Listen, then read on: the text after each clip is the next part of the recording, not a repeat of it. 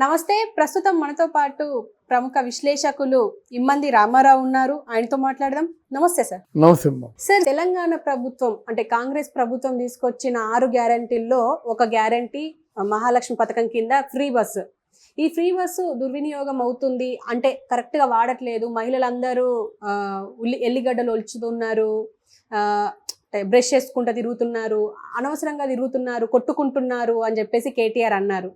కానీ దాన్ని కాంగ్రెస్ వాళ్ళు అలా ఎలా అంటారు అని చెప్పేసి ఈ మధ్య అంటే మహిళల్ని అవమానిస్తున్నారా అని చెప్పేసి మాట్లాడారు.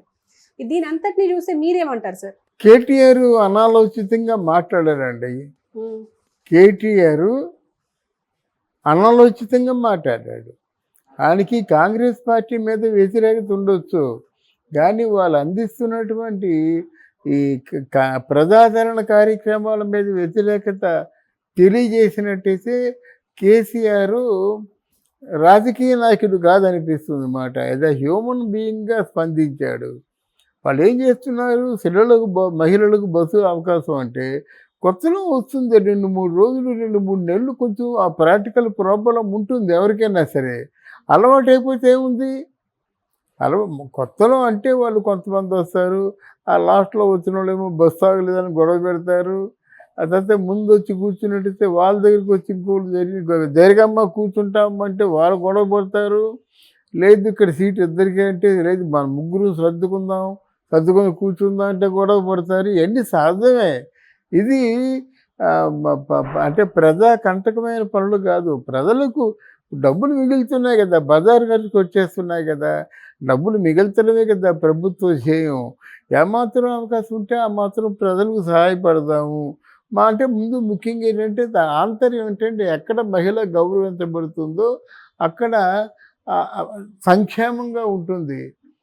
అక్కడంతా అన్నమాట. మహిళలు గౌరవించే కార్యక్రమంగా అంతిమ లక్ష్యం అదే కదా. మహిళలను మేము గౌరవిస్తున్నాము, మహిళలు ప్రయాణం చేస్తున్నప్పుడు కష్టపడకూడదు.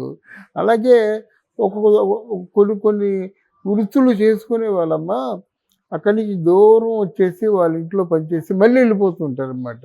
ఆ పని చేసినందుకు 3,000 4,000 ఇస్తారు. ఆ 4,000లో 1,000 రూపాయలు మహిళలకు పోతున్నాయి కదా, అది ఆలోచించారు కదా. అదే వాళ్ళు మంచి చేసినట్టే చెడ్డ చేసినట్ట.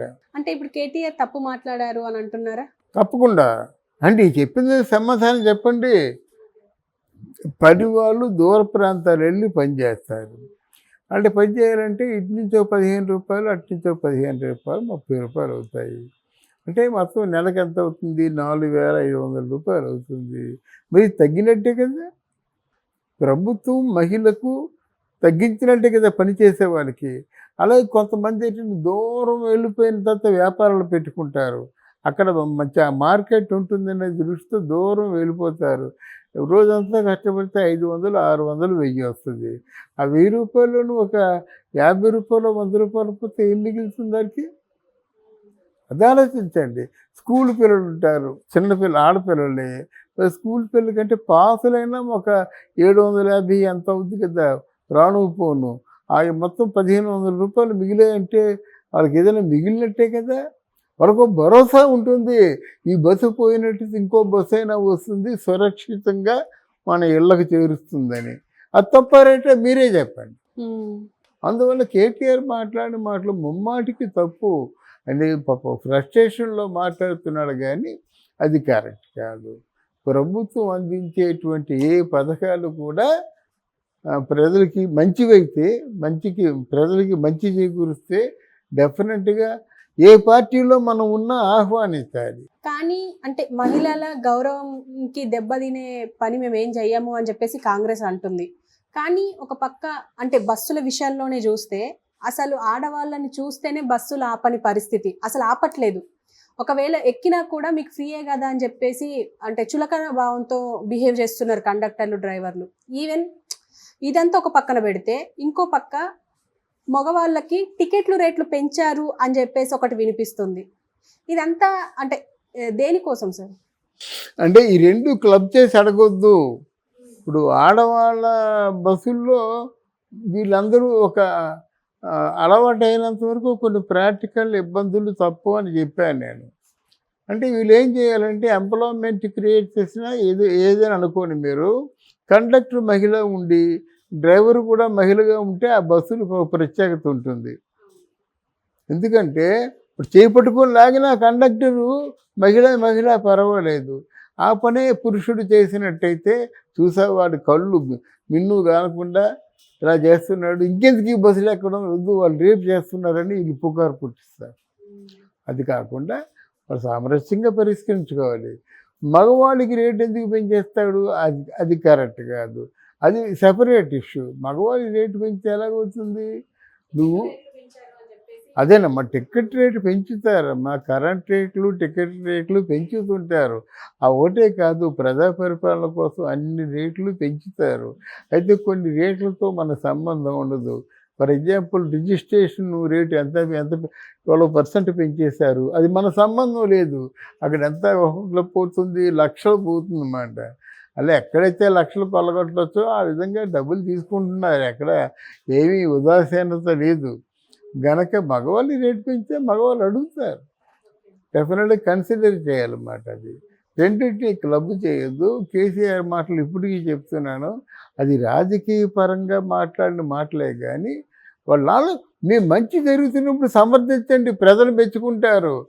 అంటే పెళ్ళికి తద్దినానికి ఒకటే మంత్రమా? కాదు కదా. ఎవరైనా మంచి చేస్తే ఎంకరేజ్ చేయండి, పొరపాటు చేస్తుంటే ఆధారాలు దగ్గర పెట్టుకొని మీరు ప్రశ్నించండి. ఇదే నా ఉద్దేశం.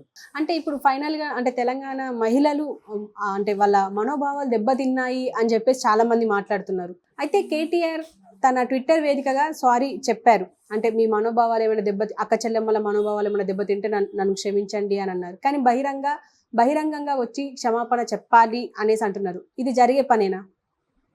ఆయన తెలంగాణ మహిళల మనోభావాలు ఎప్పుడు కవితని ఈడ్చుకెళ్ళి తీహార్ జైల్లో పడేశారో, జాగృతి అంటే ఏమి తెలిసిన, జాగృతి అంటే అది ఒక ప్రోగ్రెసివ్ ఎదుగుదల, జాతి జాగృతి అంటారన్నమాట. అంటే పునరుద్ధరణ. దానికి చైర్మన్, తెలంగాణ జాతి జాగృతికి చైర్మన్ అయినటువంటి కవితని ఎప్పుడు తీసుకెళ్ళి జైల్లో పడేశారో అప్పుడే తెలంగాణ మహిళల తాలూకు ఆత్మగౌరవం, మనోభావాలు దెబ్బతిన్నాయి. దీని గురించి ఆయన ఎప్పుడు ఆలోచించలేదేమో కానీ ఈ దిశగా కూడా ఆలోచిస్తే బాగుంటుంది. అందువల్ల కేటీఆర్ మాట్లాడిన మాటలు ముమ్మాటికి తప్పు.